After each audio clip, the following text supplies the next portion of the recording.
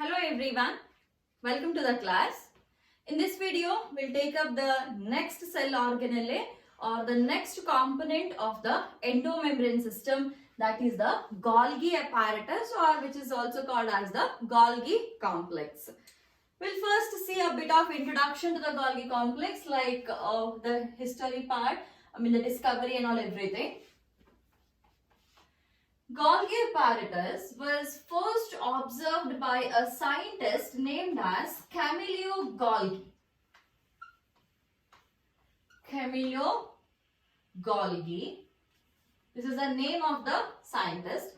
He discovered the structure, or he observed the structure in the year 1898. Hence, the structure or the organelle is also named after him, that is the Golgi apparatus. So he is the scientist who first observed the structure,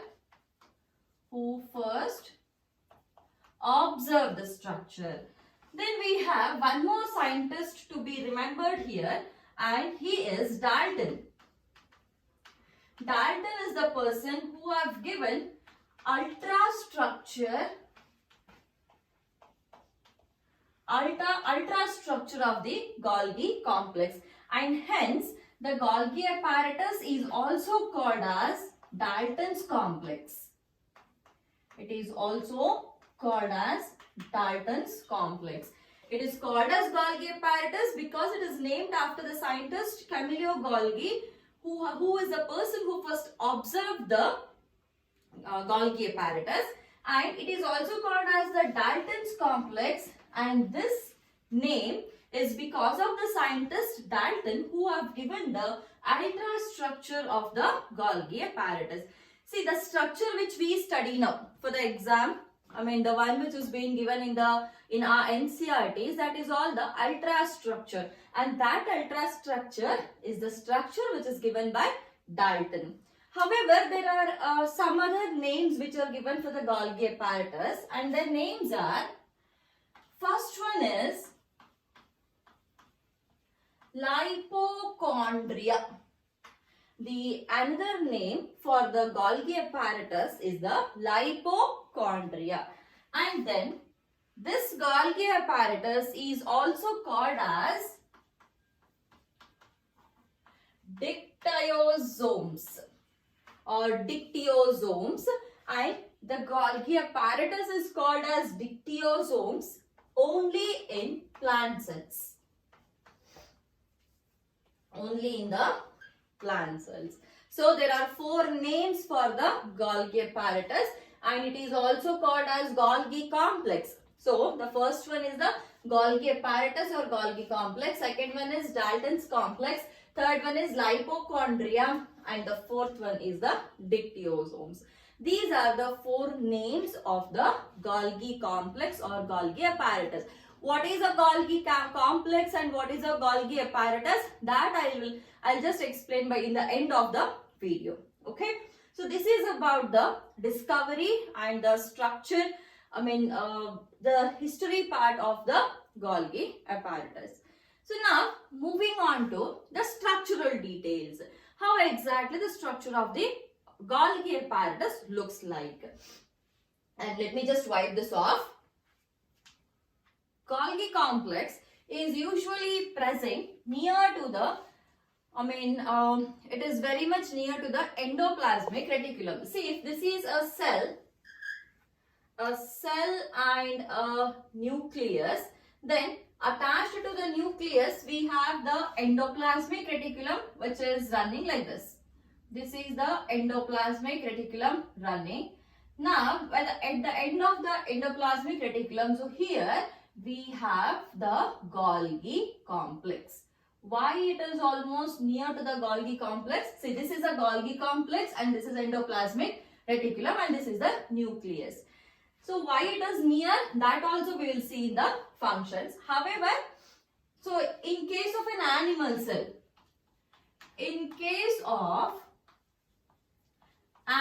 cell, there is only one Golgi complex.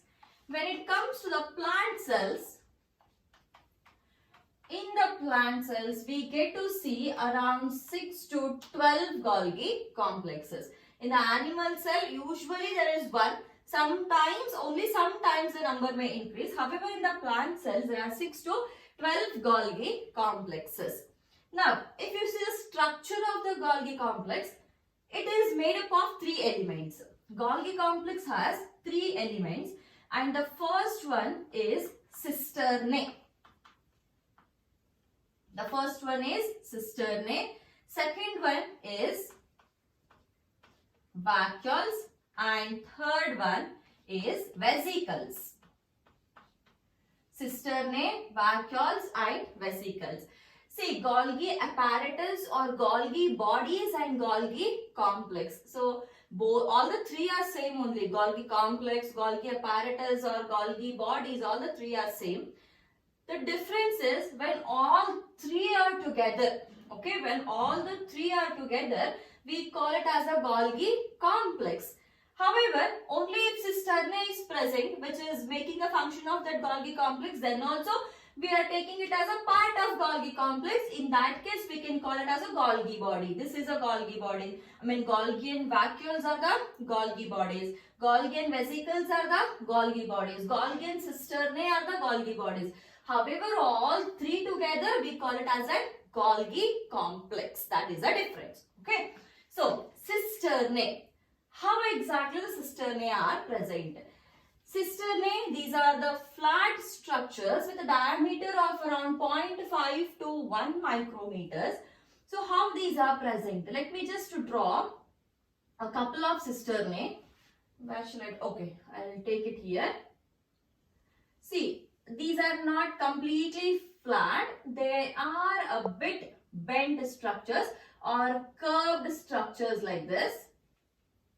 This is the first cisternae, and then this is the second cisternae, and then we have the third cisternae.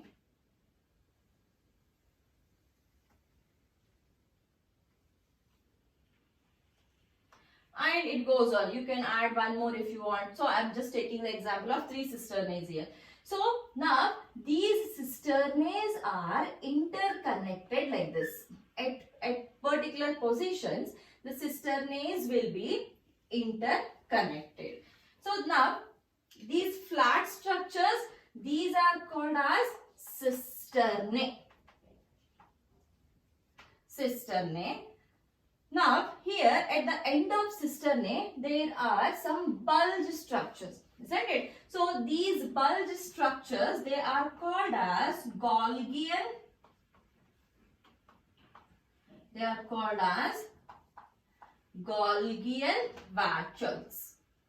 These are called as Golgian vacuoles. Now, see, there is a perfect polarity for the Golgi complex. What do you mean by polarity? Polarity means the ends of the Golgi complex are the 2 different phases of the Golgi complex. See, what are the 2 phases of the Golgi complex, or in other terms we can take it as polarity. Polarity, wherein the first one is a convex phase, and second one is a concave phase. Convex phase and the concave phase. See, this convex phase and concave phase, I'll first write the other names of the convex as well as the concave phase, and then I'll explain which is the convex and which is the concave. So, the convex phase is also called as cis phase. Convex phase is also called as cis phase, or it is also called as forming phase. Forming phase. Concave phase is also called as trans phase. This is also called as trans phase, or it is also called as maturation phase. It is also called as maturation phase. So, convex phase and concave phase. Now, which is the convex and which is the concave? See, we will again come back to this structure only. Let me draw it a bit neatly. This is the nucleus, and here we have the endoplasmic reticulum present. Now, here is the Golgi complex. This is a Golgi complex. Now, what happens? Like, what is this forming phase and the maturation phase?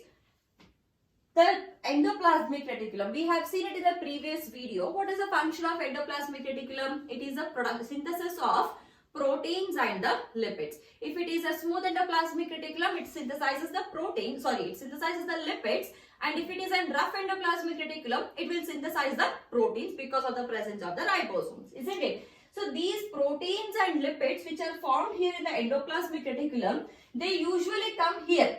They come directly after like formation. They come here and they enter the Golgi complex for the packaging purpose. See, the lipids and the proteins which are synthesized in the endoplasmic reticulum, they are like the raw components. They have to be perfectly packed. They have to be perfect. They should be matured and then they should be packed.